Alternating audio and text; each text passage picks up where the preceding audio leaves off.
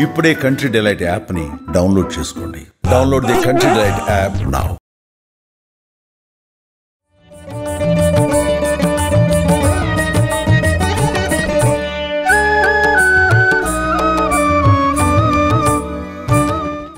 నమస్తే రమ్య గారు. నమస్తే జయ. దేవి నవరాత్రులు మనం మాట్లాడుకుంటూ ఉన్నాం కదండి. ఇవాళ 7వ రోజులో ఉన్నాం. ఈ రోజు యొక్క విశిష్టత, తల్లి ఏ అలంకరణలో ఉంటారు, పూజా విధానం ఒక్కసారి. 7 రోజుల నుంచి వరుసగా రోజు పూజ చేసుకుంటున్నాం. మీరు ఎంత నిష్ట, ఎంత నియమం పాటిస్తే అంత మంచిది. పూజ ఎంత పెద్దది చేసాము, ఎన్ని పువ్వులు సమర్పించాం, ఎన్ని నైవేద్యాలు సమర్పించాం, ఎంతమందికి మన పూజని ప్రదర్శించాం కాదు, అది ముఖ్యం కాదు. మీరు ఎంత శ్రద్ధ, ఎంత భక్తి, ఎంత ఆస్థ, నమ్మకంతో పూజ చేశాము అనేదే ముఖ్యం. కలిగినంత పూజ చేయగలిగినంతదే చేసి శ్రద్ధాభక్తులతోటి అమ్మని అర్చించుకుందాం. 10 రోజుల పాటు చేసుకుంటాం. ఈసారి 11వ రోజు అవును, అదనంగా ఇంకొక రోజు అవకాశం ఇచ్చింది కాబట్టి శ్రద్ధ, ఆసక్తి ఈ 2 ముఖ్యంగా ఉంచుకోండి. అయితే 7వ రోజు అంటే ఇప్పటికి వారం అయిపోతుంది. శ్రీశైలం దేవస్థానంలో అమ్మవారిని నవదుర్గా స్వరూపాలలో చూపిస్తారు కదా. ఈవేళ కాళరాత్రి స్వరూపంలో చూపిస్తారు అమ్మవారిని. కాళరాత్రి అంటే ఇంచుమించుగా కాళికా స్వరూపం అనే చెప్పాలి. ఈమె వికృత స్వరూపిణిగా దర్శనమిస్తుంది. అమ్మవారు భయం కొలిపే లాంటి రూపం అన్నమాట. చాలా ప్రత్యేకమైంది. అక్కడైతే అమ్మవారికి శాకాన్నము అవి అంటే ఆమె శక్తివంతురాలు, యుద్ధంలోకి వెళ్తుంది, రాక్షస సంహారం చేయబోతుంది. అవును, అది కూడా ఏమిటి, రాక్షస సంహారం ఏదో కత్తి డాలు అలాగే కాకుండా భయం కొలిపే లాంటి యుద్ధం, రాక్షసులకే భీతి పుట్టించే స్వరూపంలో ఉంటుంది. కాబట్టి ఆమెకి మరింత బలం చేకూర్చడానికి శాకాన్నం, కదంబ సాదము అవి చేసుకుంటాం కదా, అవునండి, వాటిని నివేదన చేస్తారు. అయితే మనం ఇప్పుడు ఇంద్రకీలాద్రి మీద కనకదుర్గ అమ్మవారి దేవస్థానంలో చేసే విధానం ఏమిటి, ఈ రోజున మహాచండీ స్వరూపంలో చూపిస్తారు అమ్మవారిని. మహాచండీ కాళరాత్రి దగ్గర స్వరూపాలే. మహాచండీ సింహవాహినిగాను భయంకర స్వరూపిణిగానే కనపడుతుంది, కానీ వికృత స్వరూపం కాదు, సౌందర్యవంతమైన భయద సౌందర్య స్వరూపిణిగా ఉంటుందన్నమాట. పెద్ద చెండసింహం, తర్వాత త్రిశూలాలు అవి ధరించి 8 చేతులతోటి ప్రత్యేకమైన స్వరూపంలో దర్శనమిస్తుంది. ఈమె కూడా అపరిమితమైన శక్తివంతురాలైన స్వరూపంలో మనకి కనిపిస్తుంది. అయితే ఈ శక్తివంతురాలైన అమ్మకి అక్కడైతే శాకాన్నం పెడతారు. ఇక్కడ లడ్డు శనగపిండి, బూందీ లడ్డు, శనగపిండితోటి లడ్డు చేస్తాము. మనం ఎలాంటి లడ్డు చేసినా సరే లడ్లు నివేదన చేస్తారు. శనగపిండి అయితే మంచిది, సులువు నివేదన చేసుకోవటం. అమ్మవారికి ఎర్రటి వస్త్రాలు అలంకరింపజేస్తారు. అక్కడ ఇక్కడ కూడా ఎర్రని వస్త్రాలే.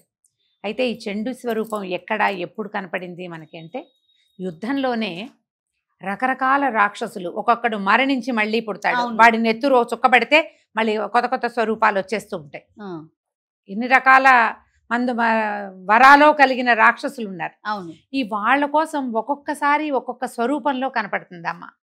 ఈ చండికా స్వరూపం కూడా అట్లాంటిదే. అయితే ఒకసారట పరమేశ్వరుడు ఈ అమ్మవారిని అడిగాడట పార్వతీదేవిని, సౌందర్యము భయదము అయినటువంటి స్వరూపాన్ని చూపించమని. అప్పుడు ఆమెలోంచి ఆవిర్భవించింది పార్వతీదేవి. సాత్వికంగా భర్తతోటి కలిసి ఉన్నప్పుడే ఆమెలోంచి ఈ స్వరూపాన్ని చూపించింది ఆమె. ఇలాంటిది నా రూపం, ఇలాంటిది ఉన్నది చూపించింది. ఆ సౌందర్యాతిశయాన్ని పట్టలేక ఆయన ఏంటంటే, అప్పుడు ఆమె యుద్ధానికి వెళ్ళటల్లా సౌందర్య ప్రదర్శనే జరిగింది, చూపిస్తోంది ఇలాంటి స్వరూపాన్ని. ఆయన పాదాల ముందు సాగిలపడ్డట ఆ సౌందర్యాన్ని తట్టుకోలేక. అయితే కాలు ఎత్తి గుండెల మీద పెట్టు, ఆమె యుద్ధానికి వెళ్తుంది. మరి ఆ స్వరూపం ఎట్లాంటిది నువ్వు గమనించు. చండికా స్వరూపాలలో పరమేశ్వరుడు ఉంటే ఆయన మీద కాలు పెట్టినట్టు కనపడుతుంది. అవును రమ్మ గారు, ఈ భయద సౌందర్యమూర్తి చండికా స్వరూపం ఎలాంటిదంటే, సృష్టి చేసేవాడైనా నడిపేవాడైనా లయకారకుడైనా ఆమె ముందు సాగిలపడాల్సిందే. ప్రపంచమంతా ఆ సౌందర్యమూర్తి పట్ల సాగిలపడిపోవాల్సింది. అది ఒట్టి సౌందర్యం కాదు, భయం గొలిపించేది. ఒక్క చిన్న తేడా వచ్చినా సహించదు. ఎవరైనా ఆమె ముందు తల దించవలసిందే. చండికా స్వరూపం అట్లాంటిది. ఆ స్వరూపంలో ఇవాళ మనం అమ్మవారిని చూస్తాం. మనకు మామూలుగా చూడు అమ్మవారు ఎట్లా కనపడుతుంది, సాత్విక రూపిణి, చక్కగా పుష్పబాణము అవి పట్టుకుని చక్కగా పక్కన సచామర రమావాణి సవ్యదక్షిణ సేవిత అంటారు. అటు ఇటు లక్ష్మీ పార్వతీదేవి సరస్వతీదేవి వింజామరలు వీస్తూ చుట్టూతా దేవతలందరూ దండం పెడుతూ ప్రశాంతమైన స్వరూపంలో ఎర్రని చీర కట్టుకుని చక్కగా కళ్ళలోంచి అట్లా కరుణరసం ప్రవహిస్తున్నట్టుగా కనపడుతుంది. ఆ స్వరూపంలో కూడా ఆమె పరమ పరమశివ పర్యంక నిలయగా కనపడుతుంది. పరమశివుడు పడుకుంటే ఆయన మీద కూర్చున్నట్టు కనిపిస్తుంది, కానీ ఇదంతా సాత్వికంగా కనిపిస్తుంది. కానీ ఈ చండీ స్వరూపం ఏమిటంటే యుద్ధానికి సన్నద్ధమయ్యేటప్పుడు భర్త వచ్చినా ఆవిడ ఆగదనమాట. పాదాలుగా తన ముందు భర్త వచ్చినా ఆయన మీద కాలేసైనా యుద్ధానికి దూకేస్తుంది. అది ఆ స్వరూపంలో ఇది ఎప్పుడో ఒక్కసారి చూస్తాం. ఇది ఏడాదికి ఒక్క మాట. మళ్ళీ మళ్ళీ ఈ స్వరూపానికి పూజా విధానం అది మనం ఏం చేయం. ఈ ప్రత్యేకమైన దినాల్లోనే అమ్మవారి యొక్క ఈ ఉగ్ర కళని మనం ఆరాధిస్తాం. అమ్మవారి చక్కగా నివేదన చేసుకోవటం, ఒక ఎర్రని వస్త్రాలు సమర్పించడం, కుదిరితే ఎర్రని పువ్వులతోటి అర్చన, తామర పువ్వులు లాంటి వాటితోటి అర్చన చేసుకోవటం, తర్వాత కొంచెం పూలగము, పానకము, వడపప్పు, కొబ్బరికాయలు, అరటిపళ్ళు లాంటివి చక్కగా నివేదన చేసుకోవటం. అయితే మనము కుమారి పూజ కూడా చేస్తాం కదా. ఈ కుమారి పూజకి వాళ్ళ 7వ రోజు కదా ఇది. 8 సంవత్సరాల బాలిక శాంభవి పేరుతోటి 8 ఏళ్ల బాలికని అర్చిస్తాం. అయితే ఈ బాలికను అర్చిస్తే మనం చేసే తపస్సుకి ఫలితం లభిస్తుందట. సంవత్సరాల తరబడి జపం చేసుకుంటారు, ఏడాదంతా జపం చేసుకుంటారు. చాలా మందికి అలవాటు ఉంటుంది కదా. ఆ జపానికి ఫలితం ఈ శాంభవి ఇస్తుందట.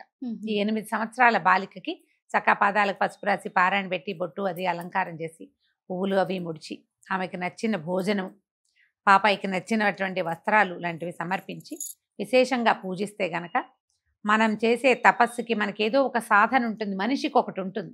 ఒక్కొక్కళ్ళకి ఒక్కొక్కటి.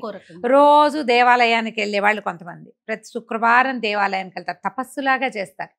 ఇదివరకు అట్లాంటి తపస్సు ఈ కాలంలో కుదరదు.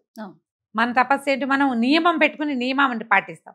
ఆ నియమాలకి ఫలితం ఇస్తుంది శాంభవి.